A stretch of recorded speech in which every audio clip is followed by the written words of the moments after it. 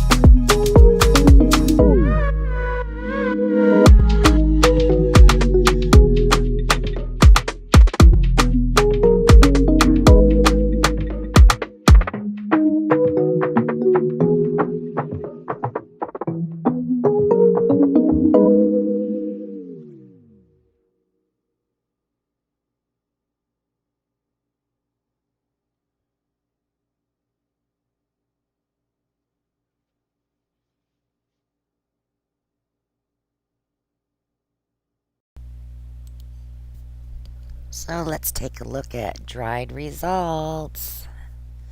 I'm so very happy with the way this dried. It's super pretty. The lime green did behave. It did not take over too much. And I love my turquoise in there, of course. The Twilight Pearl is giving a nice shading on um, not just the white, but also along the edges. Instead of just showing the black, I kind of like the way the Twilight Pearl blended in there. But I'm very happy with this painting. Little cloudy effects, super cute. So Joanne Ralston art is up next. Don't miss that. And we'll head on over to her channel. But thanks, ladies, for including me. Love you all. Let's get them some subscribers, guys. They deserve it. And I'll see you guys on the next one. Bye now.